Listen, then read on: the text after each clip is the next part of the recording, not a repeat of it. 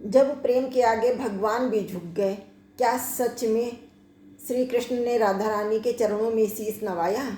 भावपूर्ण और गहराई में बहुत ही सुंदर ये कृष्ण लीला है।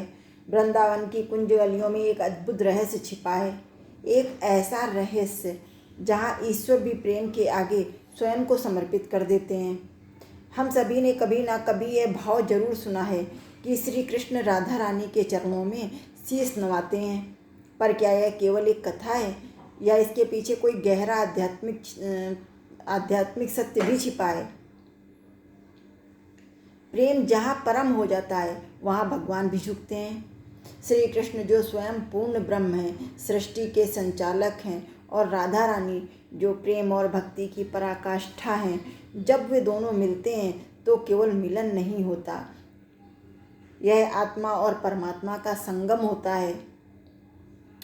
भक्त कवियों ने दिव्य मिलन को व्यक्त करते हुए एक बहुत ही अच्छी बात कही है। जहाँ कृष्ण राधा के चरणों में झुकते हैं, यह दृश्य भी चौंकाता है, लेकिन इसके पीछे एक संदेश है जो बहुत ही गहरा है।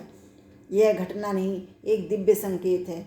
कृष्ण परमात्मा हैं, राधा परम भक्ति हैं। जब भक्ति अपनी चरम सीमा पर पहुंच जाती है तो परमात्मा उसके अधीन हो जाता है। यही संतों ने समझाने की कोशिश की है। भगवान को पाने का सबसे सरल मार्ग ज्ञान या शक्ति नहीं, बल्कि निष्कलंक प्रेम है। भक्ति की शक्ति जो भगवान को भी बांध ले। भक्ति में ना कोई अहंकार होता है, ना स्वार्थ होता है, वहाँ केवल समर्पण होता है और केवल प्रेम होता है। और यही प्रेम इतना शक्तिशाली होता है कि भगवान को भी अपने चरणों में झुका सकता है। वृंदावन